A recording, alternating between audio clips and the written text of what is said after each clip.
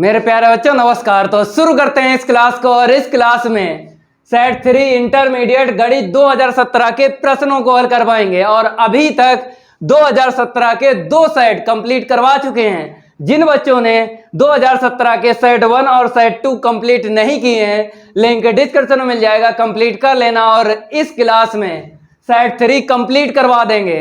तो अभी तक आप लोगों ने इस वीडियो को लाइक नहीं किया है तो सबसे पहले सभी स्टूडेंट इस वीडियो को लाइक कर दें और इस वीडियो को ज्यादा से ज्यादा शेयर कर दें अपने फ्रेंड सर्कल में। तो इंतजार खत्म हुआ, उड़ाते हैं 1 बाय 1 प्रश्नों का गर्दा। तो आपको यहाँ पे दिख रहा होगा प्रश्न पहले का बताया गया है tan inverse 2x plus tan inverse 3x equal π/4। तो x का मान है।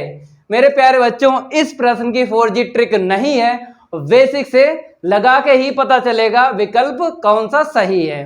तो लगवाते हैं, यहां पे लिख लो प्रश्न संख्या, जैसा लिख रहे हैं ऐसा ही आपको लिखना है। प्रश्न संख्या पहले का इतना लिख लो पहले, और यहां पर आपको विकल्प डाल देना है। मेरे प्यारे बच्चों तो डायरेक्ट तो विकल्प पता नहीं है, बेसिक से लगा के ही पता चलेगा कि विकल्प कौन सा करेक्ट है। ठीक है, लगवाते हैं। यहां पे आपको लिख लेना है tan inverse 2x plus tan inverse 3x equal π/4। यहां से x का मान मिल जाएगा। ठीक है, तो यहां पे लिख लो, दिया है, क्या दिया है, tan inverse 2x plus tan inverse 3x equal π/4। मेरे प्यारे बच्चों बराबर के उस तरफ आपको फार्मूला यूज करना है। tan inverse x plus tan inverse y बराबर होता है tan inverse x plus y upon 1 minus xy। Part 2 के फार्मूले अगर आप लोगों ने नहीं याद किए हैं, याद कर लेना है। पहली क्लास आपको देख लेना है पार्ट 2 प्रतिलोम त्रिकोणमितीय फलन के, क्योंकि उस पार्ट के फार्मूले अवकलन में भी यूज होते हैं और समाकलन में भी यूज होते हैं। तो यहां पर हम फार्मूला लिख देंगे, अगर याद ना हो तो याद कर लेना। ठीक है, बराबर के मेरी तरफ फार्मूला यूज होगा tan इनवर्स x प्लस का tan इनवर्स y बराबर होता है tan इनवर्स x प्लस का y अपॉन 1 माइनस xy। ये फार्मूला लगेगा बराबर के मेरी तरफ। ठीक है, लगाते हैं tan इनवर्स, यहाँ पे क्या है 2x, फिर यहाँ पे क्या है 3x लिख लेना है, अपान में 2x और 3x का इंटू कर लेना है। ठीक है, और बराबर में π/4। मेरे प्यारे बच्चों अब आपको करना क्या है, tan इनवर्स को इस तरफ भेजना है तो इनवर्स हट जाएगा। तो आपको पता ही है, चाहे साइन हो, चाहे कॉस हो, चाहे टेन हो, चाहे कोट हो, चाहे सेक हो, चाहे कौशिक हो, अगर इनवर्स है स्थान चेंज करते हो तो इनवर्स हट जाता है, और इनवर्स नहीं है और स्थान चेंज करते हो तो इनवर्स लग जाता है। तो यहाँ पर इनवर्स है, स्थान चेंज करेंगे तो इनवर्स हट जाएगा।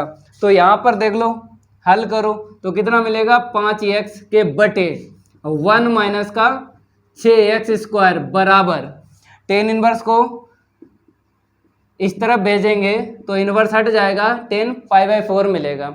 अब tan π/4 की वैल्यू क्या होती है, 1 होती है।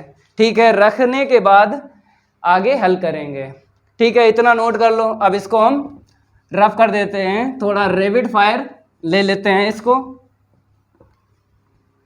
ठीक है, अब देखो यहाँ से 5x अपॉन 1 माइनस का 6x स्क्वायर इक्वल 1। ठीक है, क्योंकि tan 45 डिग्री की वैल्यू क्या होती है, 1 होती है। ठीक है, अब क्रॉस इंटू कर लो तो कितना मिलेगा, 5x इक्वल 1 माइनस का 6x स्क्वायर, द्विघात समीकरण बन जाएगा। ठीक है, इसको इस तरफ लाएंगे तो ये प्लस का हो जाएगा, और फिर 5x लिखना है, फिर अचर पद 1 को इस तरफ लाएंगे -1 हो जाएगा, क्योंकि सबसे बड़ी घात फिर उससे छोटी, फिर अचर पद लिखना पड़ता है द्विघात समीकरण में। मेरे प्यारे बच्चों अब आपको दिख रहा होगा यहाँ पर कितने पद हैं, 1 2 3 पद हैं, गुणनखंड नहीं होते हैं। पदों की संख्या अगर सम है तो गुणनखंड होते हैं, जैसे a square minus B square, पदों की संख्या 2 है, सम है, तो आप कहते हो a plus B into A minus B. ठीक है, पदों की अगर संख्या सम है तभी गुणनखंड होते हैं। यहाँ पर पदों की संख्या कितनी है, 3 है, गुणनखंड नहीं होंगे। आपको 4 बनाना है पद, तब गुणनखंड होंगे। तो कैसे 4 बनाओगे, 1 का 6 में इंटू करो, 6 मिला। अब दो संख्या ऐसी बता दो जिनका गुणा करें 6 आए और जोड़ें या फिर घटाएं हमको 5 मिल जाए, तो आप कहोगे 6 एकम 6। ठीक है, तो दो संख्याएं मिल गई, तो पहला पद और लास्ट का पद आपको एट लिखना है। बीच वाले पद को 2 भागों में बांटना है। कैसे, ऐसे करके 6 एकम 6। ठीक है, अब शुरू वाले 2 पद ले लो और लास्ट वाले 2 पद ले लो, लेकिन देख लो यहाँ पर 6 में से 1 को घटाना है, तब मिलेगा यहाँ पे प्लस का 5।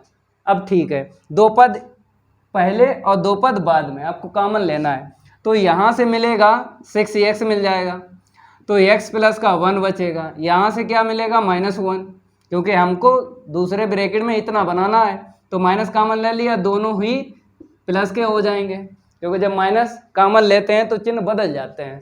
ठीक है, अब इसको हम रफ कर देते हैं और आगे बढ़ते हैं। अब 2 पद दिख रहे हैं, 2 पद में क्या कॉमन दिख रहा है, x प्लस का 1 दिख रहा है, बचा हुआ दूसरे ब्रैकेट में आपको लिख लेना है। ठीक है, तो x के मान कितने निकले, 2, यहाँ से निकलेगा -1 और यहाँ से निकलेगा 1/6 निकलेगा। लेकिन अगर विकल्प की बात करें तो एक ही बताया है x का मान, तो अब चेक करना है आपको। क्या करना है, चेक करना है आपको x बराबर -1 और 1/6 अलग अलग। आपको क्या करना है, या तो इतना लेके चलना है LHS लेके चलना है, RHS जिस मान पर आ जाए वही करेक्ट होगा, या फिर आपको यहाँ से ले लेना है, एक ही बात है। क्योंकि जब हम LHS लेंगे tan inverse 2x plus tan inverse 3x, तो आगे इसको बढ़ाएंगे तो ये लाइन आपको मिल जाएगी, तो यही आपको ले लेना है क्योंकि कम समय लगेगा चेक करने में। तो ये LHS है, ये क्या है, RHS है। तो यहाँ पर हम लिख देते हैं 5x/1 माइनस का 6x स्क्वायर इक्वल 1। ठीक है, यहाँ पर हमने लिख दिया। हमने आपको बताया अगर आप इसको लेके चलोगे आगे चल के यही मिलेगा आपको। ठीक है, तो यही आपको ले लेना है LHS, जिस मान पर आ जाए 1 वही करेक्ट होगा। ठीक है, अगर मेरे प्यारे बच्चों ये प्रश्न बहुविकल्पीय ना होता तो यहीं पे छोड़ देते, पूरे ही नंबर मिलते, 1 नंबर नहीं कटता। लेकिन बहुविकल्पीय है प्रश्न तो आपको आंसर शीट मैच करनी है, इतना ध्यान रखना। ठीक है, इतना नोट कर लो। अब रफ करेंगे इसको, अब आपको चेक करना है। ठीक है, इसको हम रफ कर देते हैं। अब आपको यहाँ पे लिखना है x बराबर -1 पर। ठीक है, LHS ले लो, ये आपको दिख रहा है 5x/1 माइनस का 6x स्क्वायर। ठीक है, अब मान रखो x का मान कितना है, -1। जहाँ जहाँ x है -1 रख लो। ठीक है, हल करो, ऊपर मिला -5, नीचे 1 माइनस, यहाँ से -1 का स्क्वायर 1 मिलेगा, 1 का 6 में इंटू करेंगे 6 मिलेगा, तो अंश में -5, नीचे घटाओगे -5 कट गया, तो कितना मिल गया हमको, 1 मिल गया। RHS आ गया, इतना आ गया ना, LHS लेके चले RHS आ गया। ठीक है, तो x बराबर -1 जो है यहाँ पर देखो v करेक्ट है, लेकिन आपको 1/6 और चेक करना है। 2 मान x के निकले थे, दोनों चेक करो। तो x बराबर -1 हमने चेक किया। ठीक है, LHS लेके चले RHS आ गया, तभी ये b हमने बता दिया विकल्प करेक्ट है। लेकिन आपको x बराबर 1/6 और चेक करना है, क्या पता वो भी ठीक हो। ठीक है, तो यहाँ पर हम क्या लिख देते हैं, 1/6 और यही ले लो LHS 5x/1 माइनस का 6x स्क्वायर। ठीक है, अब देखो यहाँ पे 5 × 1/6 अपान में 1 माइनस का 6 x के स्थान पे रखो। ठीक है, यहाँ पे थोड़ा सा हल करते हैं, 5/6 अपान में कितना मिलेगा, 1 माइनस का 6 इंटू 1 का स्क्वायर 1 और 6 का स्क्वायर 36, तो ये मिला, कितना मिला, अंश में मिला 5/6, हर में देख लो कितना मिला, 1 माइनस 1/6 मिला। ठीक है, फिर हल करो 5/6 अपान, यहाँ पे हल करोगे नीचे तो 5/6 मिलेगा। तो अंश में 5/6, हर में 5/6 कट गया ना, कितना मिला 1। तो कहने का मेरा ये मतलब है x बराबर 1/6 पर, x बराबर 1/6 पर हमको क्या मिला है RHS। तो मेरे प्यारे बच्चों ये भी करेक्ट है। तो यहाँ पर दो विकल्प मिल गए, एक B मिल गया और एक D मिल गया। लेकिन आप कहोगे ऐसा पिछले कई प्रश्न हमने बहुविकल्पी लगाया, ऐसा नहीं था। मेरे प्यारे बच्चों अगर विकल्प एक करेक्ट हो एक पे टिक लगाना है, दो अगर विकल्प आपको करेक्ट मिल जाए दो पे टिक लगा देना, एक नंबर नहीं कटेगा पूरे ही नंबर मिलेंगे। तो यहाँ पे विकल्प की अगर हम बात करें, इसको हम रफ कर देते हैं, अगर हम विकल्प की बात करें तो यहाँ पर B मिला हमको और D मिला, ठीक है, 1/6 दो मिल गए विकल्प, ठीक है, लिख दो दोनों, एक नंबर नहीं कटेगा, ये मेरा आपसे वादा है, ठीक है। अगला प्रश्न देख लो, इसको हम रफ कर देते हैं।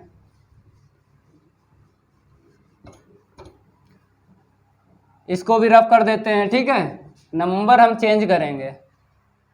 तो मेरे प्यारे बच्चों अगला जो भी है नेक्स्ट खा है।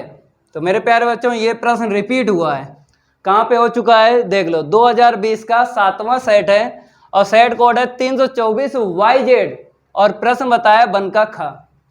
तो कर लेना, हो जाएगा, ये तो डायरेक्ट वाला है। यहाँ पर क्या बताया गया, आव्यूह ए और बी के क्रम दे दिए गए, क्रम या कोटि, ये देखो। फिर कहा गया ए बी का क्रम, क्रम या कोटि एक ही बात होती है, तो ए बी का हमको क्या बताना है, क्रम बताना है। तो ये हम लगवा देते हैं, वैसे रिपीट हुआ है प्रश्न, ठीक है। चलो भाई इसका भी देख लेते हैं कौन सा विकल्प होगा। सबसे पहले आपको क्या करना है, लगाने वाला नहीं है मेरे प्यारे बच्चों, लगाने वाला नहीं है, डायरेक्ट टिक लगाने वाला है। देखो हम आपको बता देते हैं, जैसे दो आव्यूह आपको कर लेना है ऐसे करके, ए का क्रम ये है P क्रॉस Q, फिर B बाद में है आव्यूह B का क्रम देख लो Q क्रॉस R, यही है। आपको पता है जब हम गुणा करते हैं पंक्ति का स्तंभ में गुणा होता है, कहने का मेरा मतलब है पंक्तियों का स्तंभों में गुणा करते हैं। तो जब हम पंक्ति उठाते हैं, पहले आव्यूह से क्या उठाते हैं पंक्ति, तो पंक्ति उठा लो, उठ गई पंक्ति, और बाद वाले आव्यूह से क्या उठाते हैं, स्तंभ उठाते हैं, तभी गुणा होता है, तो स्तंभ उठा लो, ये देखो। तो जब हम बात करेंगे ए बी आव्यूह के क्रम की, तो यहाँ से P ले लो और यहाँ से R ले लो, पंक्ति और स्तंभ उठा लो, लिख दो, तो P क्रॉस R। तो A इसका विकल्प करेक्ट है, मजा आ गया, ठीक है। ये लगाने वाला नहीं है, डायरेक्ट टिक लगाने वाला है, ठीक है। चलो इसको हम रफ कर देते हैं और आगे बढ़ते हैं, नोट करते रहा करो, ठीक है। अगला जो भी प्रश्न है गा है, गा यहाँ पे हम डाल देते हैं, ठीक है। अब यहाँ पर बताया गया है यदि A आव्यूह दिया गया 2 क्रॉस 2 कोटि का, तो A डैश है। तो यहाँ पर विकल्प में आपको दिख रहा होगा 1 0 0 1 0 1 1 0 1 0 0 -1, तो ये विकल्प करेक्ट है, क्योंकि इकाई आव्यूह ही करेक्ट होगा, यही 1 0 0 1 इकाई आव्यूह, ठीक है। वैसे लगवा देते हैं, जैसे हमने डायरेक्ट इसलिए बता दिया क्योंकि आपने आव्यूह के प्रकार पढ़े हैं। आव्यूह के प्रकार में क्या, शून्य आव्यूह, इकाई आव्यूह, तत्समक आव्यूह, विकर्ण आव्यूह, यही पढ़े हैं ना। तो तत्समक आव्यूह मिल गया था, तो दिक्कत क्या है, और इसका नाम नहीं है, इसका भी नाम नहीं है, और डी वाला कहता है इनमें से कोई नहीं, तो इनमें से कोई नहीं, जब ए और बी और सी में ना मिले तब होगा डी करेक्ट, तो ए करेक्ट है। देखो बताते हैं, लगवा देते हैं, यहाँ पर बेसिक से देख लो, दिया है ए बराबर cos theta sine theta minus का साइन थीटा और कॉस थीटा, ठीक है। अब कहा गया है कि ए डैश का मान, चलो भैया ए तो सेम टू सेम उतार लो, cos theta sine theta minus का साइन थीटा कॉस थीटा। अब ए डैश ए से ही निकालो, पंक्तियों को स्तंभों में लिख दो, पहली पंक्ति पहले स्तंभ में लिख लो, ठीक है। अब दूसरी पंक्ति जो है आपको दूसरे स्तंभ में लिखना है, दूसरी पंक्ति दूसरे स्तंभ में। ठीक है, अब गुणा करो बिछा खड़ा, पंक्तियों का स्तंभों में गुणा करो। ठीक है, देखो जब हम गुणा करेंगे कॉस का कॉस में तो कॉस स्क्वायर थीटा मिलेगा, साइन का साइन में करेंगे तो प्लस का साइन स्क्वायर थीटा मिलेगा। मेरे प्यारे बच्चों, गुणा करने पर जो चिन्ह मिल जाए उसी चिन्ह से आपको लिखना है। अगर प्लस का मिल जाए प्लस लिखो, माइनस का मिल जाए तो माइनस लिखो। ठीक है, अब इसका इसमें इंटू करेंगे तो माइनस का हमको sine theta into cos theta मिलेगा। फिर साइन का कॉस में करेंगे तो हमको प्लस का मिलेगा sine theta into cos theta. ठीक है ना, यहाँ पर आ भी हो। ठीक है, पहली पंक्ति का हो गया ना गुणा। अब आपको करना क्या है, दूसरी पंक्ति ले लेना है, ये वाले 1 बाई 1 स्तंभों में गुणा करेंगे। माइनस साइन का कॉस में करेंगे तो क्या मिलेगा, माइनस का sine theta into cos theta. Cos का साइन में इंटू करेंगे तो प्लस का हमको मिलेगा sine theta into cos theta. ठीक है, अब आपको दूसरे स्तंभ में गुणा करना है। माइनस साइन का माइनस साइन में करेंगे तो प्लस का हमको क्या मिल जाएगा, साइन स्क्वायर थीटा। कॉस का कॉस में करेंगे तो हमको क्या मिलेगा, प्लस का कॉस स्क्वायर थीटा। तो मेरे प्यारे बच्चों, ये प्लस का ये माइनस कट गया, ये प्लस का ये माइनस कट गया, और sine square theta plus cos square theta क्या होता है, 1 होता है। यहाँ पे 0 मिला, यहाँ पर कितना मिला 0, यहाँ पे कितना मिला 1। तो विकल्प कौन सा करेक्ट है, 1001, ए करेक्ट है। यहाँ पे लिख दो 1001, खत्म हो गया। ठीक है, इतना नोट कर लो। अब इसको हम रफ कर देते हैं। अगला देख लो, अगला ये सारिक है ना, 4G ट्रिक से बताएंगे आंसर शीट, मज़ा आ जाएगा। पूरे यूट्यूब पे चैलेंज है, इस प्रकार के प्रश्न की आंसर शीट कोई नहीं बता पाएगा। जितनी जल्दी हम बता देंगे, कम समय में बता देंगे। इसको पहले हम रफ कर देते हैं, फिर आपको बता रहे हैं। पेन नहीं चलाना है, डायरेक्ट बताना है, ना कुछ लिखेंगे हम। ठीक है, आपको केवल समझाएंगे। नंबर चेंज कर देते हैं। ये घा है। मेरे प्यारे बच्चों, आपको कुछ नहीं करना है, पंक्तियों को देखना है या फिर स्तंभों को देखना है। हर एक अवयव की घात आपको जोड़ना है। तो इसकी घात कितनी है, b की 1 c की 1, तो यहाँ से 2 मिल गई, यहाँ से घात 2 मिल गई, यहाँ से 2 मिल गई।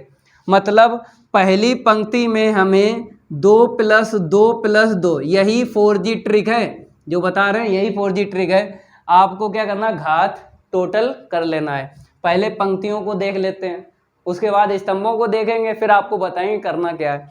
तो यहाँ पे 6 मिल गया। अगर हम R2 की बात करें, दूसरी पंक्ति की बात करें, तो यहाँ पर 1 और यहाँ पर 1 गुणा करेंगे तो आपको 2 यहाँ से घात मिलेगी, 2 2 2। तो हमें 2 घात पहले अवयव से AB से, AC है ना, A की घात 1 C की घात 1, 2 मिल गई। फिर A² है, घात कितनी मिल गई 2, 6 मिल गया। ठीक है, और जो भी हम जोड़ रहे हैं मेरे प्यारे बच्चों, समान निकला है, समान। चाहे आप यहाँ पे जैसे 3 अगर मिलती घात तो 3 3 3 3 होना चाहिए, अगर 5 मिलती तो 5 5 5 होना चाहिए। ठीक है, चाहे पंक्तियों की बात करें चाहे स्तंभों की, अगर पंक्तियों में ऐसा मिल रहा है, समान घातें मिल रही हैं, तो हम पंक्तियों से काम कर लेंगे, जो भी 4G ट्रिक बताएंगे। या फिर स्तंभों में आपको मिल जाए घात समान, तो हम स्तंभों से काम कर लेंगे। जो भी हम बाद में बताएंगे वो आपको समझ में आ जाएगा। तो पहले हम पंक्तियों की बात करते हैं। अब देख लो R3, तीसरी पंक्ति में घात देख लो, 2 2 2, तो 2 2 2 कितनी मिल गई, 6। अब हम बात करेंगे स्तंभों की, इसको साइड में रखना। देखो यहाँ पे घातें समान मिल गई हैं, फिर भी हम आपको बता देते हैं स्तंभों में भी। जैसे स्तंभ में अगर घातें समान ना मिले तब आपको पंक्ति से ही काम कर लेना है। ठीक है, तो देखो 2 2 2, तो यहाँ से भी हमको 2 2 2 कितनी मिल गई, 6 घातें मिल गई। ठीक है, अब C2 देख लो, दूसरा स्तंभ 2 2 2, तो 2 + 2 + 2, यहाँ से भी 6 मिल गया। ठीक है, अब C3 देख लो, C3 में भी हमको इतना ही मिलेगा, 2 2 2। तो मेरे प्यारे बच्चों, चाहे हमने पंक्तियों को उठाया हो चाहे स्तंभों को उठाया हो, हमको समान घातें मिल गई। ठीक है, तो आपको विकल्प में भी जोड़ना है घात जिसकी समान आ जाए। जैसे पंक्ति की बात करें 6 6 6, ऐसा कौन सा विकल्प है जिसमें घातें 6 हैं, वही करेक्ट है। या फिर स्तंभों को देख लो, इसमें भी 6 6 6 है, चाहे जिससे काम करो, ठीक है। तो यहाँ पर देखो b की घात 2 है, c की घात 2, 4 मिली, तो ये एक गलत है। b देख लो 2 2 2, 2 प्लस 2 प्लस 2, तो कितना मिलेगा? 6 मिलेगा, तो यही b करेक्ट है। यहाँ पे देखो 3 3 6 और 3 9, इसलिए c गलत और d तो अपने आप गलत है। मज़ा आ गया। अब आप कहोगे कि सर बढ़िया ट्रिक है 4G ट्रिक, लेकिन आप ये बता दीजिए पंक्तियों और स्तंभों में दोनों में देखेंगे? नहीं, आपको यहाँ पर तो दिखा दिया है पंक्तियों और स्तंभों से। आपको करना क्या है, चाहे पंक्ति से काम करो चाहे स्तंभ से, उसी से काम करना है जिनमें समान घातें मिल जाएं। जैसे यहाँ पर अगर हम बात करें स्तंभ की, अगर हमें यहाँ पे 3 मिलता, 2 मिलता और यहाँ पर C3 में 5 मिलता, तो हम इस पे काम नहीं करते, हम उसी पे काम करते घातें समान जिस पे मिल जाए, पंक्तियों में या फिर स्तंभों में। एक में मिलेगा 100%, किसी किसी में क्या होता है, जैसे इसी प्रश्न में 6 6 6 और यहाँ पर भी 6 6 6 मिल गए थे। अदर कोई भी साड़ी का मिल जाए और जनरल फॉर्म में मिल जाए, जनरल फॉर्म में मतलब अभी अब ABC में या XYZ में, और विकल्प में आपको XYZ ऐसे करके मिल जाए, ये जनरल फॉर्म होती है। संख्याएं जो देता है ना विकल्प, जैसे 3 5, वो सामान्य नहीं होता है, जनरल फॉर्म नहीं होता है, ठीक है। जनरल फॉर्म की बात कर रहे हैं, ऐसे करके बता देना है, ठीक है। मज़ा आ गया, ठीक है। विकल्प जो भी है ऐसे चेक करना। एक बार फिर हम ट्राई करते हैं, समझाते हैं, जैसे बहुत से बच्चे होते नहीं समझ पाते हैं। देखो कुछ नहीं करना है, घातें देखना, 2 4 6, 2 4 6, 2 4 6, 6 मिली हैं पहली पंक्ति में, दूसरी पंक्ति में, तीसरी पंक्ति में। अब उस विकल्प को टिक लगाना है जिस पे आपको घातें 6 मिल जाए। तो इस पे तो 4 मिली, इस पे मिली 6, तो यही करेक्ट है। बेसिक से लगाते हैं और इतनी ही आंसर शीट आएगी। देखो कैसे, नंबर चेंज है, ठीक है। तो लिख लो BC माइनस का C square CA AB AC minus का A स्क्वायर माइनस का B square BC AB AB AC minus का A स्क्वायर माइनस का B स्क्वायर BC AB। कुछ नहीं करना है, प्रसार करना है। पहले कॉमन आमन मिल रहा है तो ले लो, ठीक है। कॉमन क्या मिला, यहाँ से देखो C C C, यहाँ से C मिल जाएगा, यहाँ से देख लो A A A मिल जाएगा, यहाँ से भी, ठीक है। कॉमन ले लेते हैं, यहाँ से C मिल गया, यहाँ से क्या मिल गया, A मिल गया, यहाँ से क्या मिल गया, B मिल गया, ठीक है। तो V माइनस का C और यहाँ पर क्या बचा, A। यहाँ पर क्या कॉमन मिला हमको, A मिला, ठीक है। तो यहाँ पर क्या बचा, B बचा, यहाँ पर C बचा, यहाँ पर माइनस A बचा, यहाँ से B मिल गया माइनस का B, यहाँ पे C और यहाँ पे A। फिर कॉमन ले लो। पहले हमने पंक्तियों से कॉमन निकाला मेरे प्यारे बच्चों, पहले हमने पंक्तियों से कॉमन निकाला, अब स्तंभों से कॉमन निकालेंगे। इसमें B मिल जाएगा, इसमें C मिल जाएगा, इसमें A मिल जाएगा, ठीक है। इतना नोट करो, अब आगे बढ़ते हैं। तो AVC फिर ABC मिल जाएगा, होल स्क्वायर हो जाएगा, ठीक है। तो यहाँ पर 1 1 माइनस 1, यहाँ पे देखो माइनस 1 1 1, यहाँ पे 1 माइनस 1 1, ठीक है। अब 2 जीरो बना के प्रसार करो या फिर डायरेक्ट कर लो प्रसार। 2 जीरो बना के करो, एक पद की कैलकुलेशन करना पड़ेगी, चाहे नीचे से जीरो बना लो, चाहे ऊपर से, चाहे पीछे से बना लो, चाहे आगे से, ठीक है। तो यहाँ पर आएगा A square B square C square. तो हम क्या करेंगे, नीचे से जीरो बना लेते हैं। चलो भाई नीचे से बना लो, R3 ले लो। R3 में अगर हम R1 जोड़ दें, लगातार 2 जीरो मिल जाएंगे यहाँ पर और यहाँ पर। अगर हम R2 जोड़ रहे हैं तो लगातार 2 जीरो नहीं मिलेंगे, जोड़ेंगे यहाँ पे जीरो, यहाँ पे जीरो। तो हमको R1 जोड़ना है। आप R3 में R2 जोड़ लो, कोई दिक्कत नहीं है, जोड़ो, यहाँ पे जीरो मिलेगा, -1 है, यहाँ पे जोड़ो, जीरो मिला। R3 R1 जोड़ रहे हैं, ये R3 है, ये R1 है, 1 1 2 हो गया।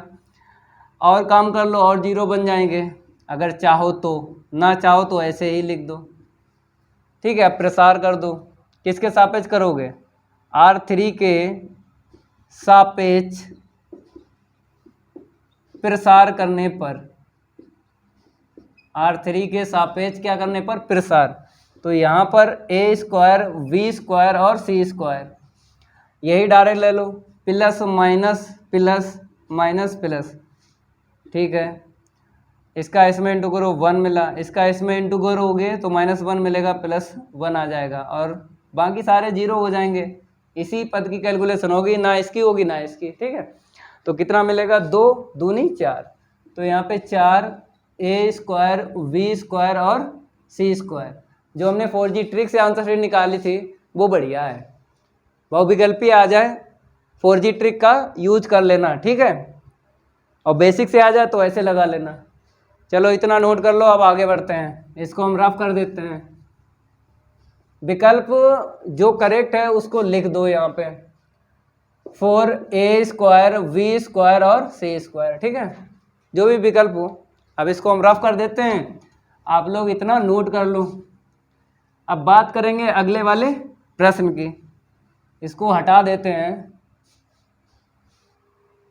यहाँ पर हम नंबर चेंज कर देते हैं। कौन सा है? 18। ठीक है, ये प्रश्न रिपीट हुआ है। कहाँ पे हो चुका है? 2020 का पहला सेट है और सेट कोड है 324 से। प्रश्न बताया पहले का गा। ठीक है, रिपीट हुआ है, फिर भी हम लगवा देते हैं इसको। 1 प्लस का sin 2x। मेरे प्यारे बच्चों, डायरेक्ट भी आप बता सकते हो। डायरेक्ट कैसे बताओगे हम आपको बताते हैं। जैसे रूट हटा दो, a प्लस बी का होल स्क्वायर बन जाएगा, क्योंकि 1 है। Sine square theta plus cos square theta 1 होता है, और यहाँ से 2ab मिल जाएगा, मतलब 2 sin x into cos x. Formula open कर लेना, तो sin x plus cos x का होल स्क्वायर, या फिर cos x plus sine x का होल स्क्वायर। तो कॉस का समाकलन क्या होता है? साइन, और साइन का माइनस कॉस। तो साइन माइनस कॉस देखो कहाँ पे है, विकल्प बी करेक्ट है। तो यहाँ पे लिख दो साइन एक्स माइनस का कॉस एक्स प्लस का सी, ये करेक्ट है, लगवाते हैं। चलो भैया देख लो, यहाँ पे sine square theta plus cos square theta, मतलब कोण अगर एक्स है यहाँ पे तो एक्स लेना है, और प्लस का यहाँ से फार्मूला ओपन कर लो, क्योंकि कोण यहाँ पे एक है, यहाँ पे डबल है, तो सिंगल करने के लिए फार्मूला ओपन कर लो। 2 sine theta into cos theta. ठीक है, और यहाँ पर dx आ जाएगा। चलो आगे बढ़ते हैं। I बराबर फार्मूला बन गया है sine x plus cos x का होल स्क्वायर। स्क्वायर से क्या होगा? रूट कैंसिल हो जाएगा, तो साइन एक्स प्लस का कॉस एक्स और dx। ठीक है, साइन एक्स का माइनस का कॉस एक्स समाकलन होता है, कॉस का प्लस का साइन एक्स होता है, और सी को जोड़ लो समाकलन रहता है। तो मेरे प्यारे बच्चों कौन सा करेक्ट है? साइन प्लस का कॉस माइनस का, साइन प्लस का कॉस माइनस का। तो प्रश्न 1 जो है कंप्लीट हो गया। अब प्रश्न नंबर 2 कंप्लीट करवाएंगे, इतना नोट कर लो जल्दी। अब आपको प्रश्न दूसरे का देख लेना है। यहाँ पर बताया गया है यदि a बराबर इतना तथा b बराबर इतना तो ab तथा ba ज्ञात कीजिए। तो यहाँ पर a और b दो आव्यूह दे दिए गए हैं, 2 क्रॉस 2 कोटि के। बताया गया ab का मान तथा ba का मान निकालो। ठीक है, तो यहाँ पे लिख लो प्रश्न दूसरे का हल। यहाँ पर क्या लिखा है? यदि।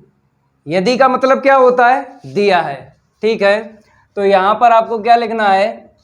दिए गए आव्यूह, दिए गए आव्यूह लिख लेना है। पहले a बराबर कितना है? 1 माइनस 1 माइनस 1 1। फिर b बराबर लिख लेना है 1 1 0 1। हमको ab का मान ज्ञात करना है और va का मान ज्ञात करना है। ठीक है, तो यहाँ पे आपको लिख लेना है 9। 9 के बाद कामा लगा लेना है। ठीक है, अब यहाँ पे लिख लो ab। चलो भाई दोनों आव्यूह लिख लो, 1 माइनस 1 माइनस 1 1, 1 1 0 1।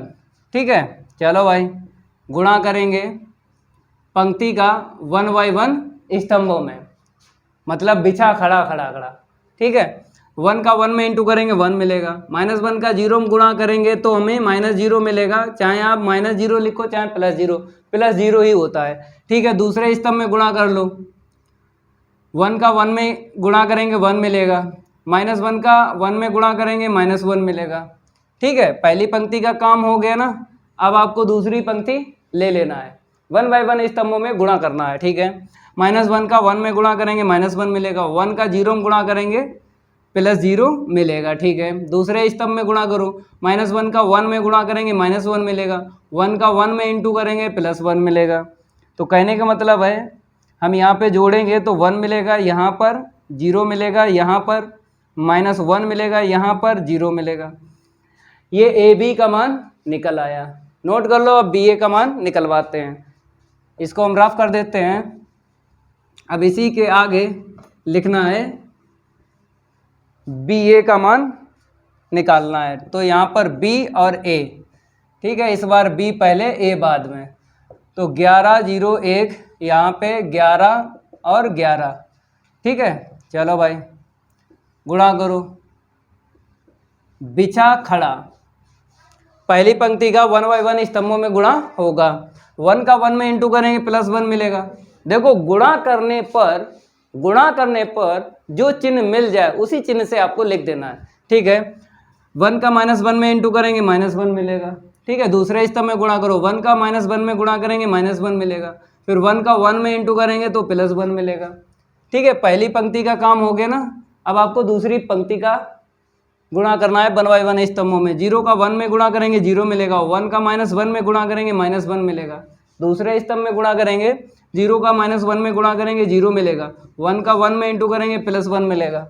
ठीक है, अब देखो यहाँ पे थोड़ा सा जोड़ेंगे और घटाएंगे, आंसर शीट आ जाएगी। तो यहाँ पर देखो 0 मिलेगा, यहाँ पर 0 मिलेगा, क्योंकि 1 प्लस का 1 माइनस का 0 मिल गया, यहाँ पे देखो +1 -1 0 मिल गया, यहाँ पे देखो -1 और यहाँ पे 1। तो आंसर शीट हमको ए बी और बी ए पता चल गई, इतना नोट कर लो। इसको रफ कर देते हैं और अगला प्रश्न हल करवाते हैं।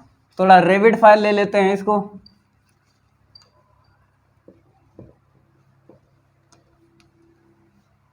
यहाँ पर नंबर चेंज कर देते हैं, कौन सा है, खा। ठीक है, चलो यहाँ पर क्या बताया गया है, ये तो हो ही गया। ये देखो यहाँ पर बताया गया 1/1 है प्लस log x वैसे का x के सापेक्ष अवकल गुणांक ज्ञात कीजिए। तो मेरे प्यारे बच्चों, प्रश्न में अवकल गुणांक लिखा हो तो समझ जाना अवकलन ही आपको करना है। ठीक है, तो आपको मान लेना है y के बराबर इतना। ठीक है, माना y बराबर 1/1 प्लस का log x वैसे। यहाँ पर बोला गया है अवकलन करना है x के सापेक्ष, तो यहाँ पे लिखना पड़ेगा x के सापेक्ष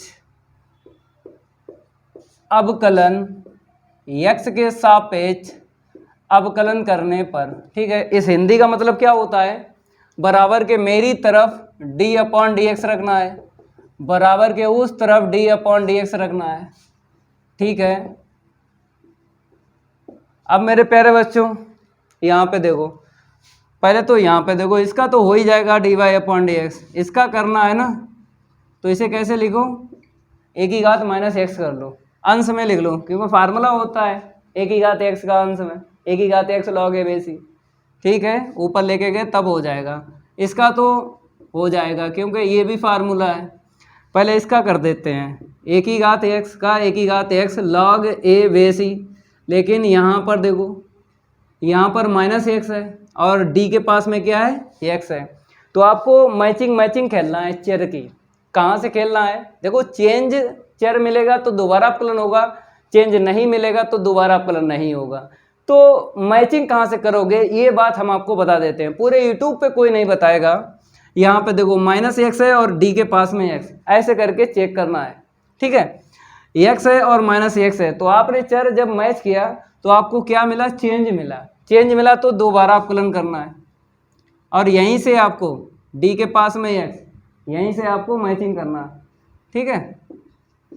अब यहाँ पे आ जाओ, ये तो फार्मूला है log x बेस ए का 1/x होता है। देखो log x बेस ए पे 1/x होता है, log x बेस ई पे भी 1/x होता है, लेकिन बेस ए पे इतना और लिखना है ई पर ए, log ई पर ए, ठीक है। इसका अपकलन 1 होगा, मतलब -1 निकलेगा, -1 आगे कर लो और इसे घात प्लस की दे दो, नीचे पहुंचा दो, ठीक है। -1/a की घात x log a बेस ई, और वहाँ पर जो है उतना लिख लो log ई बेस ए, ठीक है। हो गया, चलो इतना नोट कर लो। अब आगे बढ़ते हैं, अगला प्रश्न देख लो, इसको हम रफ कर देते हैं, थोड़ा रैपिड फायर ले लेते हैं इसको। यहाँ पर हम नंबर चेंज कर देते हैं, कौन सा है, गा। यहाँ पर बोला गया है समाकलन कीजिए, ठीक है। आई बराबर लिख लो 1/1 प्लस का sin x dx। देखो थोड़ा सा पहले बेसिक देख लो, बेसिक में प्रकार सीख लो। देखो अगर प्रकार से मिल जाए समाकलन तो कोई दिक्कत नहीं होती है। जैसे साइन की ही बात करें, चाहे आप इसका समाकलन करना हो, चाहे आप इसका करना हो समाकलन, ठीक है, दो ही हैं, दो और हैं कॉस वाले। साइन वाला मिला है, साइन वाले देख लो। आपको ऐसा कहीं दिख जाए, चाहे बीच में प्लस दिख जाए चाहे माइनस, आपको परिमेयकरण कर लेना है, ठीक है। ऊपर नीचे गुणा करते हैं, प्लस है तो माइनस का करते हैं, माइनस है तो प्लस का करते हैं। ऐसा कहीं मिल जाए ऐसे ही करना है समाकलन, ठीक है। तो परिमेयकरण करेंगे हम 1/1 प्लस का sin x, प्लस है तो परिमेयकरण माइनस का होगा। मेरे प्यारे बच्चों यहाँ पे लिख दो, आ नहीं पाएगा तो यहाँ पे लिख देंगे। देखो इसको संयुग्मी गुणा नहीं बोलते हैं, परिमेयकरण बोलते हैं। संयुग्मी गुणा बोलते हैं जैसे i का सिस्टम हो, जैसे ऐसा है 1 + i है तो 1 - i अपन 1 - i, इसको बोलते हैं संयुग्मी गुणा। क्या बोलते हैं मेरे प्यारे बच्चों, संयुग्मी गुणा बोलते हैं। और जो हमने किया है इसमें i नहीं दिख रहा है तो परिमेयकरण बोलते हैं, ठीक है। इतना आपको समझ लेना है, नहीं तो 50 रुपए के टीचर तो भविष्य खराब कर ही रहे हैं बच्चों का, खुद अपना किया है दूसरों का भी कर रहे हैं। तो यहाँ पे देख लो परिमेयकरण ये होता है, ठीक है। 50 रुपए के जो टीचर होते हैं उनके पास ना पढ़ो, क्योंकि बेकार के टीचर होते हैं, खुद तो अपनी ज़िंदगी खराब की है, दूसरों भी कर रहे हैं। जैसा बता रहे हैं वैसा सीखो। ऊपर लिखो 1 - का sin x, अपान में देखो a + v, a - v लग जाए फार्मूला a² - b², ठीक है। यहाँ पे लिख देते हैं a + v इंटू में a - v बराबर होता है a² - b²। मेरे प्यारे बच्चों a + v into a - v क्या होता है, बराबर में a² - b²। यही हमने यहाँ पर यूज कर लिया, ठीक है। और वैसे ही आपको पता है ये सब हम क्यों कर रहे हैं, परिमेयकरण क्यों कर रहे हैं, क्योंकि समाकलन अंश का होता है, हर का नहीं होता है। होता है हर का फार्मूले के रिलेटिव अगर फलन मिल जाए तब समाकलन होता है। अगर बात करें ऐसा कोई फार्मूला है 1 + sin x समाकलन कर पाए, नहीं है, तभी हम ये परिमेयकरण कर रहे हैं। कोई शौक नहीं है ये परिमेयकरण कर रहे हैं, कोई शौक नहीं है। वही बेसिक अगर आपको ध्यान है कि समाकलन अंश का होता है, हर का नहीं होता है, तो आप करोगे परिमेयकरण, ठीक है। तो इसीलिए हम क्या कर रहे हैं, नीचे वाले को हटाना चाहते हैं, मतलब या तो कट जाए या फिर व्युत्क्रम बन जाए। तो अंश में बना रहे हैं, जब अंश में हो जाएगा समाकलन हो जाएगा, ठीक है। तो नीचे वाले को गायब करना चाहते हैं। तो 1 - sin² क्या होता है, cos²। और जो भी लिख रहे हो बता दो कि 1 - का sin² x होता है बराबर में cos² x। ऐसे लिख दिया करो, सामने लिख दिया करो हमने किसके स्थान पे क्या लिखा है। तब आ जाएंगे आपके गणित में 100 में से 100 नंबर। लिख दिया करो, ठीक है। देखो कॉपी चेक करने वाले को पता है आपने इसके स्थान पे लिखा है, लेकिन वो कहता है हमको बताओ कैसे लिखा है, तो सामने लिख दिया करो, तो नंबर कटने के चांस नहीं रहते हैं, पूरे ही नंबर मिलते हैं। अब इसको क्या करना है, बन के बट्टे लिखना है साइन के बट्टे, तो अंश में कन्वर्ट हो जाएगा, समाकलन हो जाएगा। चलो इसको हम रफ करेंगे और आगे बढ़ाएंगे, नोट करते रहा करो, ठीक है। आई बराबर देख लो, तो 1/cos²x, ठीक है, माइनस का sin x अपान cos²x, ठीक है, 1/cos²x इसका व्युत्क्रम sec², ठीक है। मेरे पास 2 cos हैं तो एक दे दो साइन को, हो गया 10, एक बचा है 1/cos, उसका क्या होगा, सेक होगा, ठीक है, व्युत्क्रम कर लिया। अब आपको दिख रहा है यहाँ पर भी फार्मूला, यहाँ पर भी फार्मूला लगा लो, आंसर शीट आ जाएगी। तो आप लोग बताइए मेरे प्यारे बच्चों, बताइए sec² x का समाकलन क्या होता है। आप लोग कहोगे 10x होता है, चलो हमने लिख दिया। अब आपसे पूछेंगे sec x इंटू 10x का समाकलन, आप कहोगे sec x होता है, तो हमने यहाँ पे लिख दिया sec x। समाकलन हो जाए, आप कहोगे सी को जोड़ दो, हमने जोड़ दिया। आप कहोगे आंसर शीट आ गई, हम बोलेंगे आ गई, ठीक है, नोट कर लो। अगला प्रश्न है उसको भी करवाते हैं, चलो इतना हम रफ कर देते हैं और नंबर भी चेंज करेंगे। कौन सा है, घा, ठीक है। यहाँ पर क्या बताया है, निम्नलिखित अवकल समीकरण, एक अवकल समीकरण दे दिया गया है, आगे लिखा कि कोटि व घात ज्ञात कीजिए, ठीक है। अवकल समीकरण लिख लो, फिर बताते हैं कोटि घात। अवकल समीकरण, ठीक है, अवकल समीकरण पहले लिखेंगे d3r/d θ, ठीक है, बराबर में r² प्लस dr/d θ का होल स्क्वायर, और ये रूट में है। मेरे प्यारे बच्चों, अगर हम बात करें इस अवकल समीकरण की, तो इस अवकल समीकरण की आप कोटि तो बता सकते हो, लेकिन घात नहीं बता सकते हो। अब घात क्यों नहीं बता सकते हो, क्योंकि ये अवकल समीकरण बहुपद समीकरण नहीं है। अगर बहुपद समीकरण होता तब आप घात बता सकते थे। तो पहले क्या करना है, इस अवकल समीकरण को बहुपद समीकरण में चेंज करना है। जब बहुपद समीकरण में चेंज हो जाएगा तो घात ज्ञात हो जाएगी। कोटि तो अभी भी बता सकते हो। तो यहाँ पर दोनों बातें पूछी गई हैं, कोटि भी और घात भी, ठीक है। तो हम क्या करेंगे, यहाँ पे रूट है, दोनों पक्षों का वर्ग करके ये रूट हटा देंगे, दोनों पक्षों का वर्ग करने पर, करो भाई वर्ग करो दोनों पक्षों का, तो d3r/dθ3, ठीक है, यहाँ पर दो बराबर r² dr/dθ का होल स्क्वायर। मेरे प्यारे बच्चों, वर्ग से क्या हो गया, रूट हट गया, बराबर 0 करके बताओ या फिर ऐसे ही बता दो, एक नंबर नहीं कटेगा, पूरे ही नंबर मिलेंगे। तो हम क्या करेंगे, बराबर 0 करके कोटि घात बताएंगे। इसको इस तरफ लाएंगे, पहले इसको लिख देते हैं d3r/dθ3 होल पावर कितनी है, 2। इसको इस तरफ लाएंगे तो माइनस का हो जाएगा ना, ठीक है। अब ये अवकल समीकरण क्या है, बहुपद समीकरण है, तो लिख दो यह है अवकल समीकरण एक बहुपद समीकरण है, बहुपद समीकरण है। अब बता दो कोटि और घात। कोटि का मतलब होता है अधिकतम अवकलन देखना पड़ता है, जितनी बार हुआ है वही कोटि।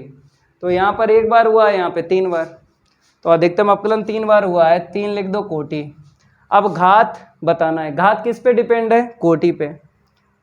जिसकी कोटि आपने बताई है, जिस अवकल संकारक की कोटि बताई है, इसको क्या बोलते हैं? अवकल संकारक बोलते हैं, इंग्लिश में डिफरेंशियल ऑपरेटर। जिसकी आपने कोटि बताई है उसी की आप घात बताओगे। तो इसकी कोटि बताई है, इसी की घात बता दो, कितनी है? 2। ये हो गया, समझ में आ रहा होगा? ठीक है मेरे प्यारे बच्चों, अब आप कहोगे कि घात यहाँ पर भी 2 है। हमने आपको बताया जिसकी कोटि बताई है उसी की घात बताओ, ठीक है? तो इसी की आपको बताना है, इसकी नहीं बताना है। अगला प्रश्न जो है ये रिपीट हुआ है, ये हो चुका है। इसकी आंसर शीट आएगी 60 अंश। कोण पूछा गया, 2 सदस्यों के बीच का कोण। कहाँ पे हो चुका है? सेट 3 है 2018 का, और प्रश्न बताया तीसरे का खा, तो इसको कर लेना, ठीक है? और प्रश्न नंबर 2 भी कंप्लीट हो गया है। अब प्रश्न नंबर 3 कंप्लीट करवाएंगे, इतना नोट कर लो जल्दी। अब आपको प्रश्न तीसरे का देख लेना है। यहाँ पर बताया गया है यदि y बराबर tan इनवर्स cos x अपन 1 प्लस साइन एक्स, तो dy अपॉन dx ज्ञात कीजिए। मेरे प्यारे बच्चों, यहाँ पर dy अपॉन dx ज्ञात करना है, मतलब अवकलन करना है x के सापेक्ष। किसका करना है? y बराबर tan इनवर्स cos x अपन 1 प्लस साइन एक्स का, ठीक है? तो यहाँ पे लिख लो प्रश्न तीसरे का हल। यहाँ पर आपको क्या लिखा हुआ दिख रहा है? यदि का मतलब क्या होता है? दिया है, ठीक है? तो यहाँ पे लिख लो दिया है y बराबर tan इनवर्स, अंश में है cos x और हर में है 1 प्लस का sin x। मेरे प्यारे बच्चों, अवकलन बाद में करना है, पहले क्या करो, हाथी को चींटी बना लो। ये आपको cos x अपन 1 प्लस sin x दिख रहा है, कोण tan इनवर्स का, तो हम क्या बोलते हैं? हाथी बोलते हैं। तो हाथी को चींटी बना लो, सरल रहेगा, अवकलन करोगे। तो हाथी को चींटी बनाना है तो कैसे बनाओगे? एक कैलकुलेशन आपको ध्यान होगी, पिछली कई क्लास में हम आपको बता चुके हैं, देख लो 100% कैलकुलेशन।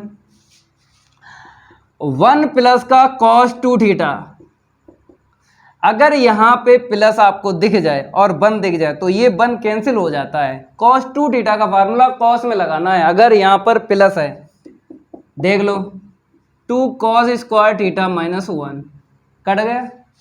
ये कैलकुलेशन आपको पिछली कई क्लास में हम बता चुके हैं। एक और देख लो 1 माइनस cos 2 थीटा, अगर आपको माइनस दिख जाए तो cos 2 थीटा का फार्मूला साइन में लगाना है, 1 से 1 कट जाएगा। तो देख लो 1 माइनस का 2 sine square theta, minus 1 plus 1 cut गया। तो जो हम आपको बता रहे हैं, हाथी को हमें चींटी बनाना है, लेकिन यहाँ पर 1 प्लस साइन है, यहाँ पे क्या है? 1 प्लस कॉस है। तो हम क्या करेंगे? साइन को कॉस बना लेंगे, फिर आराम से ये वाली कैलकुलेशन यूज कर लेंगे। देखो y बराबर tan इनवर्स, देखते रहना है, 1 प्लस हमने क्या लिख दिया? साइन को cos 90 माइनस थीटा। बताओ आप लोग, cos 90 माइनस थीटा क्या होता है? Sine theta. मतलब इसको हमने ऐसे लिख लिया, हमने लिखा जरूर है लेकिन ऊपर वाला बोलेगा, ये cos बोलेगा साइन से, क्या बोलेगा? cos बोलेगा साइन से, क्या बोलेगा? आपको समझना है, cos ने बोला साइन से कि अगर आपने कोण किया है इतना 90 माइनस एक्स, तो हम भी करेंगे। एक बार फिर रिपीट कर देते हैं, cos बोलेगा साइन से, क्या बोलेगा? कि अगर आपने कोण किया है π/2 माइनस एक्स, तो हम भी करेंगे, ये cos बोल रहा है। तो जैसे ही आपने ऊपर π/2 माइनस एक्स किया तो cos का क्या बन गया? साइन। जैसे साइन का cos बन गया नीचे, तो ऊपर cos का साइन बनेगा। अब देखो 1 प्लस cos, ठीक है? ये कैलकुलेशन यूज करना है। cos का फार्मूला cos के पदों में कोण का आधा होता है, इतना ध्यान रखना, कोण का आधा होता है। 2 थीटा है तो थीटा में आएगा, π/2 माइनस एक्स है तो π/2 माइनस एक्स के अपॉन 2 आएगा, ठीक है? इतनी जानकारी हमने आपको दे दी है, हाथी से चींटी बना सकते हो। तो देख लो कैसे हाथी से चींटी बनाएंगे। tan इनवर्स यहाँ पे फार्मूला प्लस है तो कॉस में लगाओ, 2 कॉस स्क्वायर। जैसे वो बटे में 2 आता है ना, कोण का आधा होता है, वो आगे हमने लिख लिया और इसको एट इट इज लिख लिया। π/2 माइनस एक्स के बटे 2 आपको लिखना था, लेकिन हमने आगे लिख लिया। ठीक है, कोई बात नहीं है, ऐसे भी लिखा जाता है। और -1 तो आपको यहाँ पे करना ही करना है, क्योंकि 1 से 1 कैंसिल हो जाएगा, ये +1 -1 कैंसिल हो गया। तो यहाँ पे कोण का आधा हुआ है। अब फिर बोलेगा, ये साइन कॉस से बोलेगा, क्या बोलेगा कि अगर आपने कोण किया है आधा तो हम भी करेंगे, ये साइन भी कोण को आधा करेगा। इतना ध्यान रखना, ऊपर वाला बोल रहा है, यहाँ पर भी बोला, यहाँ पर भी बोला। ठीक है, तो देख लो 2 साइन, फार्मूला बता देते हैं फिर यूज कर रहे हैं। साइन 2 थीटा बराबर होता है 2 sine theta into cos theta, यही होता है। कोण का आधा हुआ है, चाहे यहाँ देख लो चाहे वहाँ देख लो, तो यहाँ पर भी आधा होगा। तो आधे का मतलब है 1/2, हमने आगे लिख लिया। साइन हो गया, अब कॉस लिख लो, 1/2 π/2 माइनस का x। ठीक है ना मेरे प्यारे बच्चों। चलो भाई, आपके समझ में आ रहा होगा जो हम यहाँ पे आपको बता रहे हैं। 1 से 1 तो कैंसिल हो गया ना। ठीक है, अब थोड़ा सा सरल करेंगे, तो देख लो y बराबर tan इनवर्स, ऊपर जैसे का तैसा लिख लो, 2 साइन 1/2 π/2 माइनस का x इंटू में कॉस 1/2 π/2 माइनस x, नीचे क्या बचा 2 कॉस स्क्वायर π/2 माइनस का x। अब देखो 2 से 2 कट गया, एक घात कॉस के नीचे चली गई, साइन अपान कॉस क्या हो गया 10 हो गया। इसका जो है 1/2 लिखो, भूल गए थे। ठीक है, ये वाला, तो साइन अपान कॉस 10 हो गया, 10 से tan इनवर्स चला जाएगा। ठीक है, थोड़ा आगे बढ़ते हैं, इतना नोट कर लो। ये सब ऐसा हम कर रहे हैं, क्यों कर रहे हैं, क्योंकि आपको पता है हाथी से चींटी बना रहे हैं। y बराबर tan इनवर्स, यहाँ पे देखो साइन अपान कॉस 10 हो गया ना। ठीक है, 1/2 π/2 माइनस का x। अब इसके बाद 10 से tan इनवर्स चला जाएगा, क्या बचेगा इतना। पहले थोड़ा सरल कर लो, उसके बाद हटा दो। कोण को पहले सरल कर लो, उसके बाद हटा देना है, पहले नहीं हटा सकते, इतना ध्यान रखना।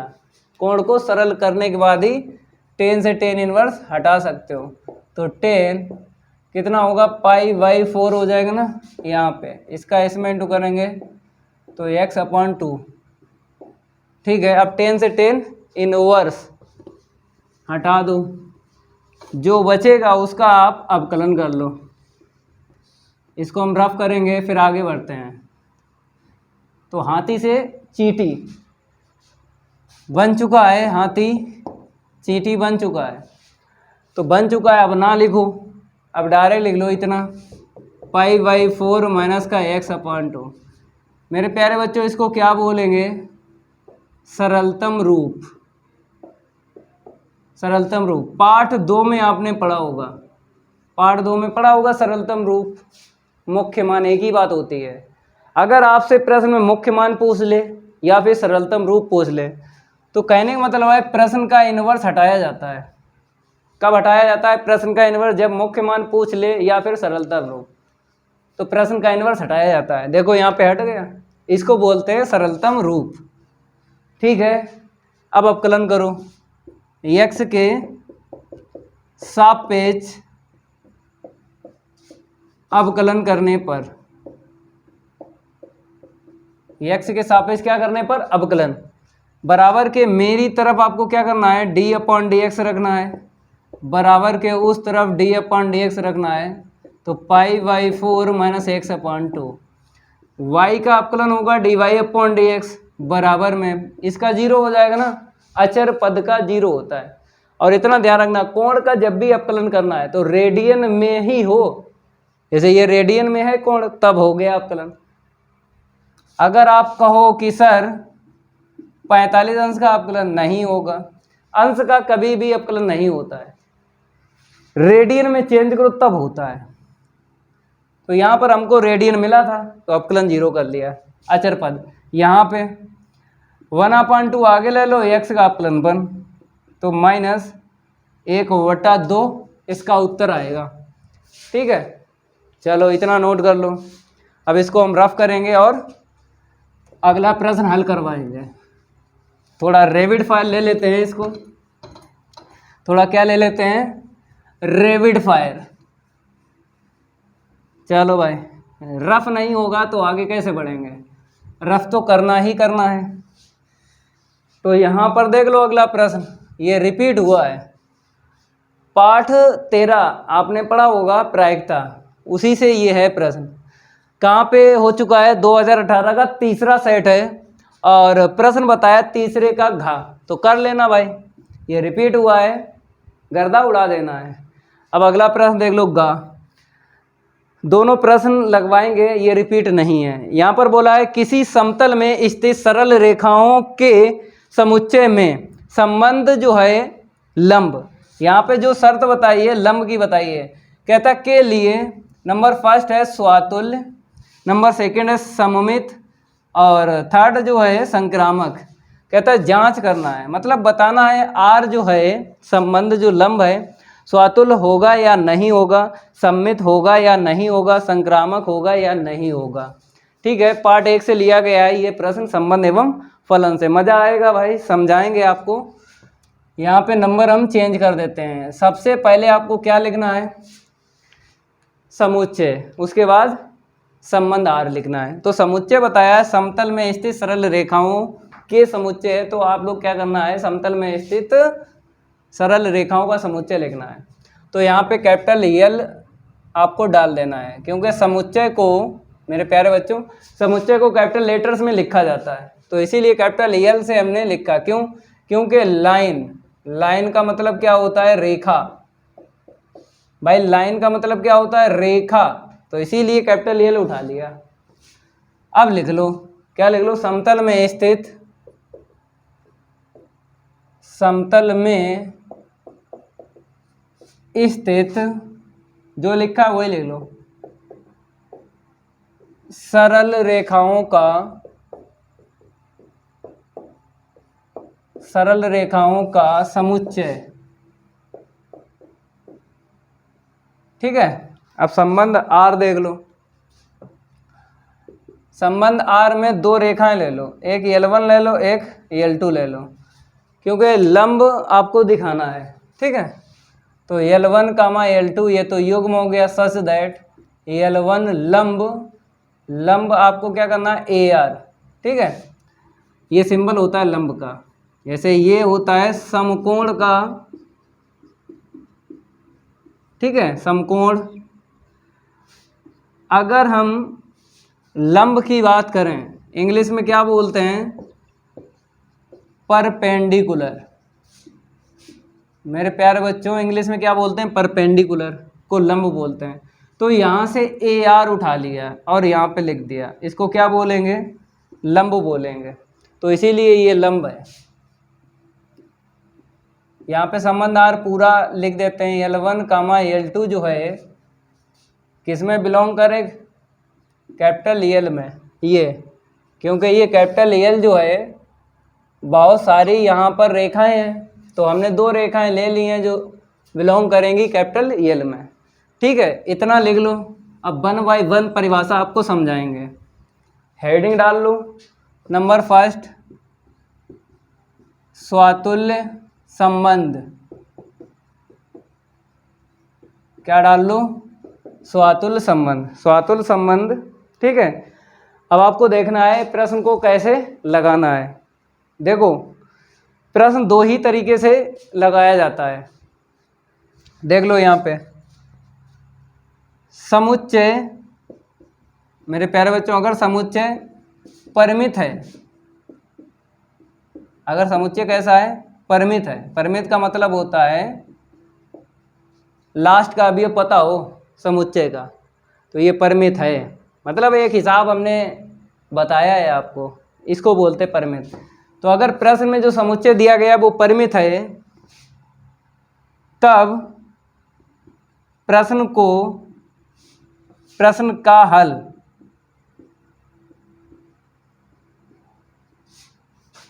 युग्म बनाकर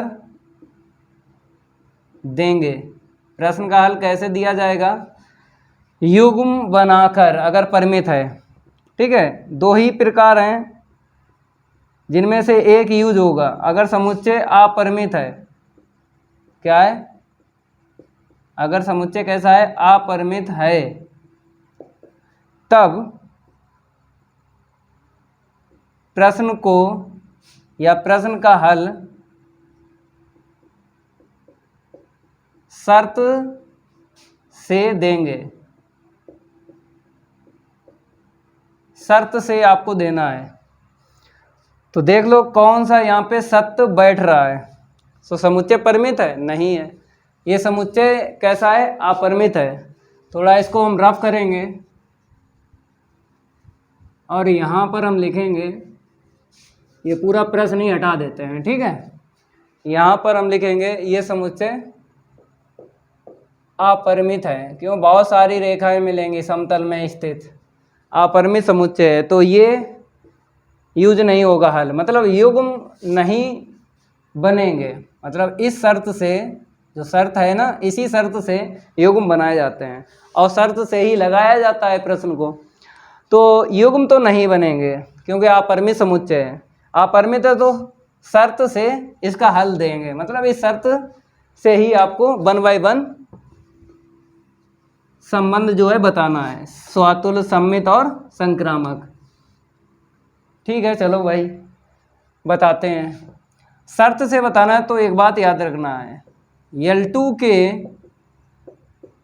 स्थान पर L1 रखने पर, मेरे प्यारे बच्चों हमने क्या किया, L2 के स्थान पे L1 रख लिया, तो L1 क्या लंब होगी L1 के? कोई भी रेखा ले लो, जैसे L1 है, ये अपने आप में लंब होगी? नहीं होगी, क्योंकि L1 और L2 दो रेखाएं अगर ले लें तो L2 लंब होगी L1 के और L1 लंब होगी L2 के। दो रेखाओं में बता सकते हो कि लंब है। एक रेखा में कभी भी लंब शर्त यूज नहीं होती है, तो कोई भी रेखा अपने आप में लंब नहीं होती है, तो इसीलिए आपको क्या करना है, इसको काट देना है। इस लंब को क्या करना है, शर्त को काट देना है। अब ये शर्त हो गई असत्य, तो that is L1 comma L1, ये युग्म बिलोंग करेगा? बताओ, संबंध R में बिलोंग करेगा? नहीं करेगा, इसमें नहीं करेगा, क्योंकि कोई भी रेखा अपने आप में लंब नहीं होती है। अब यहाँ पे क्या लिखना, फॉर एवरी जो L1 रेखा है ये तो बिलोंग करेगी कैपिटल L में, क्योंकि L में क्या है, समतल में स्थित बहुत सारी रेखाएं हैं, तो यहाँ पे एक ले ली हमने L1 रेखा, ठीक है। इसके आगे कोई भी लाइन ना लिखो, यहीं से पता चल गया स्वातुल संबंध नहीं है यार। लेकिन अगर चाहते हो जैसे यहाँ पे लिखा वैसे ही दूसरी लाइन और लिखना है, लिख लो, नंबर उतने ही मिलेंगे जितने यहाँ पर मिलेंगे। लिखवा देते हैं, फिर आपको मना कर देंगे। जैसे L2 के स्थान पर आपने क्या लिखा, L1 लिखा, ऐसे ही आप लिख सकते हो यहाँ पे L1 के स्थान पर, L1 के स्थान पर L2 रखने पर, ठीक है, L1 के स्थान पर L2 रख लो, तो L2 जो रेखा है क्या लंब होगी L2 पे? मतलब कोई भी रेखा अपने आप में लंब होगी? नहीं होगी, ठीक है। अब इस शर्त से आपको फार्मूला लिख देना है, L2 कामा L2, ये युग्म बिलोंग नहीं करेगा संबंध R में। फॉर एवरी L2 जो रेखा है वो कैपिटल L में बिलोंग करेगी। हमने क्या आपसे कहा अभी थोड़ी देर पहले, हमने ये कहा था अगर यहाँ तक छोड़ दो, ठीक है, यहाँ से पता चल गया कि संबंध R स्वतुल नहीं है। अगर चाहते हो ये 1 2 3 ये लाइन लिख लो, नंबर उतने मिलेंगे जितने यहाँ पर मिलेंगे उतने यहाँ पर मिलेंगे। हमने जब आपको पार्ट 1 पढ़ाया तो हमने आपको बताया था प्रश्नावली 1.1 में, जहाँ से आपको असत्य मिल जाए वहीं पे छोड़ दिया करो, लेकिन आप लिखना चाहते तो लिख लो। इसको भी लिख लो। अब इसके बाद क्या लिखोगे, एक लाइन आपको लिखना है। कौन सी लिखना है, हम रफ कर देते हैं। इतना नोट करने के बाद में इसके बाद में एक लाइन लिखना है आपको।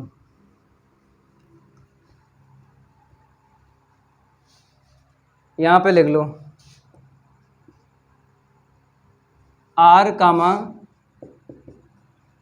समुच्चय यल में एक स्वातुल्य संबंध नहीं है, स्वातुल्य संबंध नहीं है। लास्ट में एक लाइन ये लिख देना है, आर जो संबंध है समुच्चय यल में, ये यल है, इसमें स्वातुल्य संबंध नहीं है। ठीक है, ये कंप्लीट हो गई पहली परिभाषा। अब दूसरी देख लो। दूसरी क्या है, सममित संबंध। तो मेरे प्यारे बच्चों, सममित संबंध में क्या होता है, फार्मूला आपको याद होना चाहिए। ए कामा बी बिलोंग्स टू आर, ये लेके चलना होता है और इसका अपोजिट आर में मिलना चाहिए। अगर ये आंसर शीट मिल रही है, क्योंकि इम्प्लाई दैट के बाद जो भी लिखा जाता है उसका मतलब होता है सिद्ध करना। तो ये आंसर शीट अगर आर में बिलोंग कर रही है तो हम कह देंगे सममित संबंध है। ये फार्मूला है, फार्मूले के रिलेटिव ही लिखेंगे। तो मेरे प्यारे बच्चों, यहाँ पर ए बी में है फार्मूला, हम क्या कर देते हैं, L1 L2 में कर देते हैं। क्यों, क्योंकि यहाँ पर दो रेखाएं L1 और L2 ली हैं। अब ये फार्मूला आपको समझ में आएगा। देखो, ये लेके चलना होता है, दिया है, ये क्या होता है, दिया है, तो आपको शर्त लिखना है L1 लंब है L2 पर, L1 लंब है L2 पर। ठीक है, तो इसको देख के हमने क्या लिख लिया, फार्मूला लिख लिया, क्योंकि ये तो लेके चलना पड़ता है। अगर शर्त पहले लिखना है, फार्मूला बाद में। शर्त ये सत्य है क्योंकि दिया है, तो आपको लिख लेना है। अब इम्प्लाई दैट के बाद ये मिलना चाहिए, मतलब जो हम लिखेंगे इसका अपोजिट। ठीक है, L1 कामा L2 कामा L1 ये आर में बिलोंग करेगा। अगर शर्त सत्य है तो बिलोंग करेगा तो सममित संबंध होगा, ये आर नहीं करेगा तो नहीं होगा। तो हम आपको बताते हैं ये करेगा बिलोंग या नहीं। अगर L1 L2 के लंब है तो हम क्या करेंगे, थोड़ा डायग्राम से समझाएंगे। L2 देखो, L2 लंब है L1 पर, या कह सकते हो L1 किस पे लंब है, L2 पे। अगर L1 L2 पे लंब है तो L2 भी L1 पे लंब है। ठीक है, तो L2 लंब L1। ठीक है, चाहो तो डायग्राम घुमा लो ऐसे करके, ये लो, हमने क्या किया, डायग्राम घुमा लिया। इसको हमने घुमाया नहीं, ऐसे देख लो, मतलब इसको आगे नहीं बढ़ाया। ठीक है, इसको हमने रफ कर दिया। अब समझ में आ रहा है, इसे नीचे बढ़ा लो, अब दिख रहा है ये लंब है, L2 लंब है L1 पर, तभी हमने ऐसे लिखा है। ठीक है, तो शर्त सत्य है, शर्त सत्य है तो आपको शर्त से फार्मूला लिख देना है। अब इसके बाद में आपको पता है जहाँ लिखा जाता है युग्म से आपको रेखाएं उठा लेना है, L1 और L2 युग्म से उठाना है। दो ही रेखाएं हैं, ये किस में बिलोंग करें, कैपिटल L में। तो फार्मूला बाद में लिखना है, पहले शर्त। और ये आंसर शीट बिलोंग कर रही है आर में, तो आर संबंध क्या होगा, सममित संबंध होगा। ठीक है, तो यहाँ पे लिख दो आर कामा समुच्चय यल में एक सममित संबंध है। सममित संबंध है, नोट कर लो। अब तीसरी जो परिभाषा है संक्रामक संबंध, उसको हम करवाएंगे। ये दूसरी थी। ठीक है, नंबर 2 आप लोग डाल लेना, क्योंकि नंबर 1 जो था वो स्वातुल्य संबंध का था। अब नंबर 3 देख लो, नंबर 2 हो गया ना। ठीक है, संक्रामक संबंध।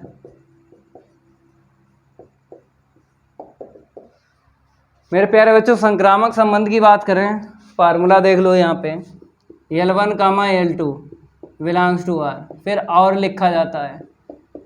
यहाँ पर जैसे दो रेखाएं संक्रामक संबंध में, एक रेखा और बढ़ानी है, जैसे L1 L2 L2 L3, ठीक है, L3 रेखा बढ़ानी है, ये बिलोंग करेगा R में। मतलब ये दो युग्म लेके चलना पड़ते हैं और लास्ट वाला मिलना चाहिए। कैसे? L2 से L2 हट जाता है, L1 कामा L3, ये आंसर शीट अगर बिलोंग कर रही है R में तो कहेंगे संक्रामक संबंध है, नहीं कर रही तो नहीं कहेंगे संक्रामक संबंध है। ठीक है, तो पहले तो ये उठा लो, L1 लंब है L2 के, ये तो दिया है, ठीक है, तो इससे ये लिख लो, ठीक है। फिर और आता है, ये पहले ही हम लिख देते हैं, ठीक है, क्योंकि ये दिया है, तो ये शर्त लिख लो पहले ही। L1 जो है L3 के लंब है, मतलब L2 के लंब है, L2 किसके लंब है? L3 के, क्योंकि ये दिया है में आता है तो हम खटाखट लिख रहे हैं। अब लास्ट वाला आपको बताना है, पहले शर्त लिखना है, बाद में ये देखना है, ठीक है। तो हम थोड़ा डायग्राम ले लेते हैं। यहाँ पर हमने ले लिया L1, ठीक है, यहाँ पे ले लिया L2, क्योंकि L2 दोनों में है तो ये कॉमन रखा हमने। अब ठीक है, अरे भाई L2 तो दोनों में है ना, तो हमने कॉमन रखा। अब देखो L1 L2 के लंब है, L1 L2 के लंब है, ठीक है, L2 L3 के लंब है, ठीक है। अब लास्ट में आएगा, L2 से L2 हट जाता ना, L1 क्या लंब होगा L3 के? देख लो, L1 जो है L3 के लंब होगा? नहीं होगा, ये समांतर है, ये समांतर है L1 L3, लंब नहीं है, तो इसीलिए कट्टा लगा दो।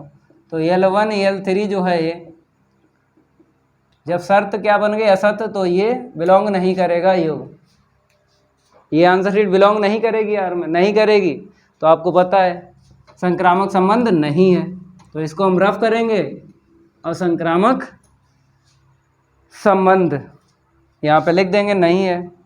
R कामा समुच्चय L में एक संक्रामक संबंध नहीं है, संक्रामक संबंध नहीं है। नोट कर लो, ये कंप्लीट हो गया। केवल और केवल लंब किस पे है? सममित संबंध, स्वातुल और संक्रामक नहीं है, ठीक है, ये हो गया। अब प्रश्न लास्ट वाला देख लो, इसको हम रफ कर देते हैं। ये लास्ट वाला जो प्रश्न है ये भी प्रश्नावली 1.1 से ही लिया गया है। तीनों परिभाषाएं बताना है, यहाँ पर क्या बताना है पहले पढ़ लो, फिर पता चलेगा क्या बताना है। तो नंबर यहाँ पर हम चेंज कर देते हैं, कौन सा है? घा। अब देख लो, यहाँ पर बताया गया है, दिखाइए कि एक समतलीय त्रिभुजों के समुच्चय में संबंध सर्वांगसम। सर्वांगसम का सिंबल तो आपको पता ही है, ये है सिंबल सर्वांगसम का। एक तुल्यता संबंध है, तो यहाँ पे तुल्यता संबंध लिखा है और यहाँ पे क्या लिखा? दिखाइए। दिखाइए का मतलब सिद्ध कीजिए। तो तुल्यता संबंध सिद्ध करना है, कैपिटल R जो संबंध है, क्या सिद्ध करना? तुल्यता संबंध। तो तुल्यता संबंध सिद्ध करने के लिए आपको क्या करना पड़ेगा? तीनों परिभाषाएं सत्य बतानी है, इतना ध्यान रखना, ठीक है। चलो भाई, सबसे पहले आपको क्या लिखना है? समुच्चय लिखना है, समतल में स्थित त्रिभुजों का समुच्चय। तो ए लिख लो, समतल में स्थित त्रिभुजों का समुच्चय।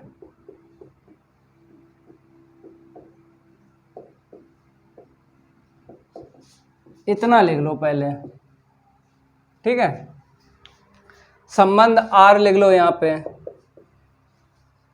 दो त्रिभुज में आपको दिखाना है। ये जो शर्त है ना प्रश्न में सर्वांगसम की, दो त्रिभुज में आपको दिखाना है, ठीक है। तो ठीक है, त्रिभुज पहला हो गया, त्रिभुज दूसरा हो गया, और सच दैट त्रिभुज एक जो है किसके सर्वांगसम है? त्रिभुज दूसरे के। जहाँ त्रिभुज पहला, त्रिभुज दूसरा किस में बिलोंग करेगा, कैपिटल ए में। ठीक है, 2 त्रिभुज ले लिए।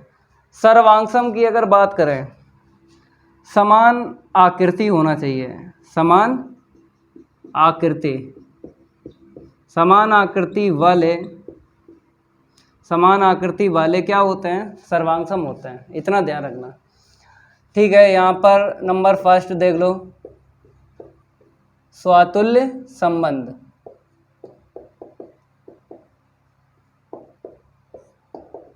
स्वातुल्य संबंध की हम बात करेंगे। ठीक है, तो अभी जो प्रश्न इसमें आपने सीखा है ना कि अगर समुच्चय अपरिमित है तो शर्त से ही आपको लगाना है।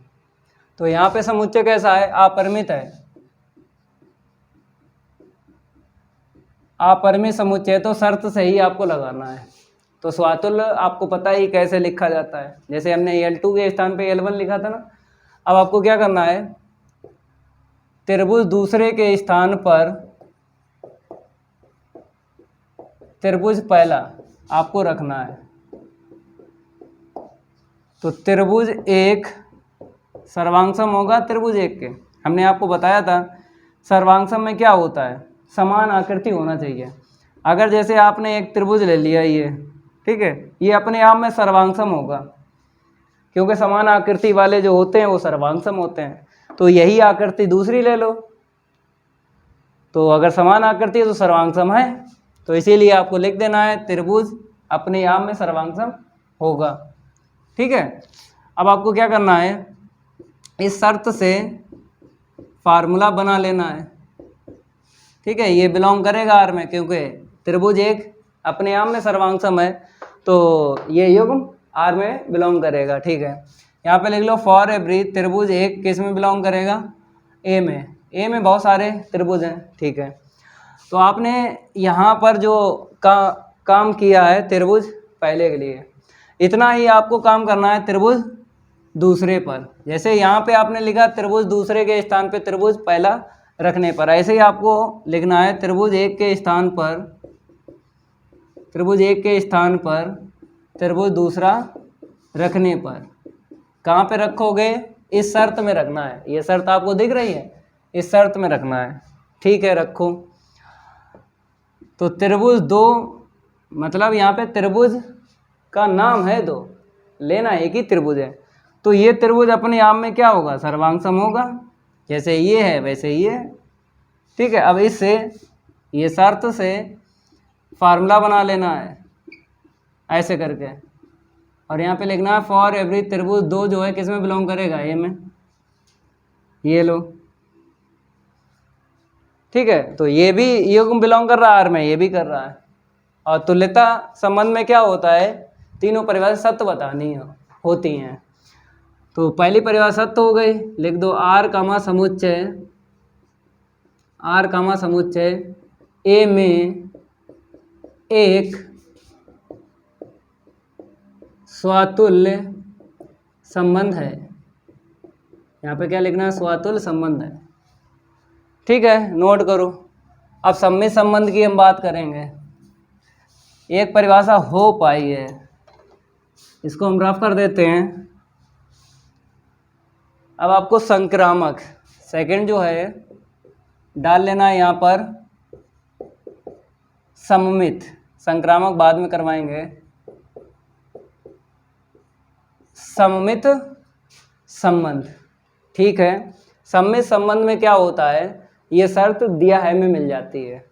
ठीक है, जैसे त्रिभुज एक सर्वांगसम त्रिभुज दूसरे के हैं, ये तो दिया है, ये तो सत्य है। तो इस शर्त से आपको फार्मूला बना लेना है ऐसे करके। अब इम्प्लाई दैट के बाद इसका अपोजिट अगर आर में मिलेगा तो सम्मित संबंध होगा। और तुल्यता संबंध में क्या है, तीनों परिभाषा सत्य बतानी है। त्रिभुज एक अगर त्रिभुज दो के सर्वांगसम है, तो अगर त्रिभुज हम पहले दो ले लें और त्रिभुज एक बाद में ले लें, तो ये सर्वांगसम होंगे, दोनों त्रिभुज होंगे। चाहे मेरे प्यारे बच्चों, ये आकृति से समझा रहे हैं, समझ लो। त्रिभुज एक है और ये त्रिभुज दो है, अगर ये समान आकृति के हैं तो ये सर्वांगसम है, चाहे आगे लिखो चाहे पीछे लिखो। ठीक है, तो इसीलिए अगर ये सर्वांग सम है तो ये भी होंगे। ठीक है, अब फार्मूला बना लो। शर्त से फार्मूला बनाया जाता है, इस शर्त से ये बना लिया और इस शर्त से ये बना लिया। ठीक है, अब आपको लिख देना है जहाँ त्रिभुज 1 त्रिभुज 2 किस में बिलोंग करेंगे, समुच्चय ए में, क्योंकि ए में बहुत सारे त्रिभुज हैं। ठीक है, तो फार्मूले को बॉक्स में ले लो। ठीक है, अब आपको लिख देना है ये आंसर शीट बिलोंग कर रही है आर में, लिख देना है आर संबंध जो है सब में संबंध है। ठीक है, यहाँ पे लिख देते हैं आर कामा समुच्चय ए में एक, मार्कर चेंज कर लेते हैं, एक सममित संबंध है।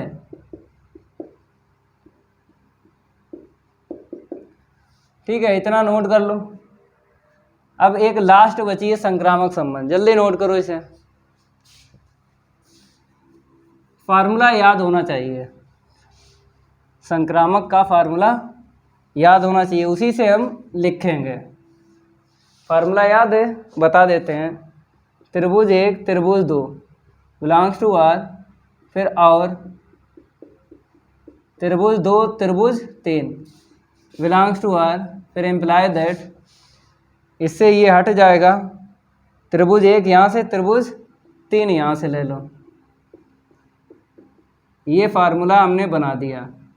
ठीक है, ये आंसर शीट अगर बिलोंग करेगी आर में तो संक्रामक संबंध होगा आर संबंध। ठीक है, फार्मूला आपको याद कर लेना है, संक्रामक संबंध। ठीक है, तो ये जो है दिया है में आता है। ठीक है, तो हम क्या करेंगे, इसी को देख के लिख लेते हैं। त्रिभुज 1 सर्वांगसम है त्रिभुज 2 के। ठीक है, फिर और यहाँ से देख के लिख लो, त्रिभुज 2 जो है सर्वांगसम है त्रिभुज 3 के।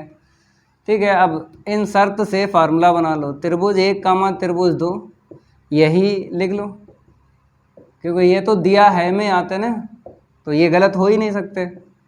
त्रिभुज 2 त्रिभुज 3 बिलोंग्स टू आर। अब लास्ट वाला देखो, ये वाला पहले शर्त देखना है, तो पहले हम आपको समझा देते हैं, जैसे डायग्राम से। त्रिभुज 1 है, ये त्रिभुज क्या है 2 है, और ये त्रिभुज 3 है।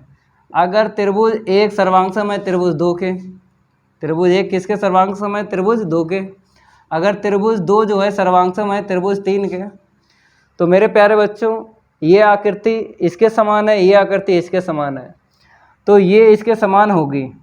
फिर आपको समझ लेना है डायग्राम से, ये आकृति इसके समान है और ये आकृति इसके समान है, तो पहली आकृति तीसरी आकृति के समान नहीं होगी। और सर्वांगसम में क्या होता है, समान आकृति होना चाहिए, छोटी बड़ी नहीं होना चाहिए, सेम टू सेम होना चाहिए। तो आपने सीख लिया त्रिभुज 1 त्रिभुज 3 सर्वांगसम होंगे, तो आपको लिख देना है यहाँ पे त्रिभुज 1 सर्वांगसम होंगे त्रिभुज 3 के, तो यहाँ पे त्रिभुज 1 और त्रिभुज 3 लिख देना है बिलोंग्स टू आर। ठीक है, और यहाँ पे लिख दो जहाँ त्रिभुज 1 कामा त्रिभुज 2 कामा त्रिभुज 3 ये किस में बिलोंग करेंगे, समुच्चय ए में। यहाँ पे 3 त्रिभुज हैं। ठीक है, ये आकृति से हमने आपको समझाया है। तो लास्ट वाली आंसर शीट बिलोंग कर रही है आर में, कर रही है, तो आर संबंध क्या होगा, संक्रामक संबंध होगा। तो आपको लिख देना है, लेकिन पहले बॉक्स में ये फार्मूला ले लेना है। ठीक है, अब आपको यहाँ पे लिख देना है आर कामा समुच्चय ए में एक संक्रामक संबंध है, संक्रामक संबंध है। अब अता करके लिख दो, यहाँ पे क्या लिखा, तुल्यता संबंध, अता करके लिख दो, अतः आर कामा समुच्चय ए में एक तुल्यता संबंध है।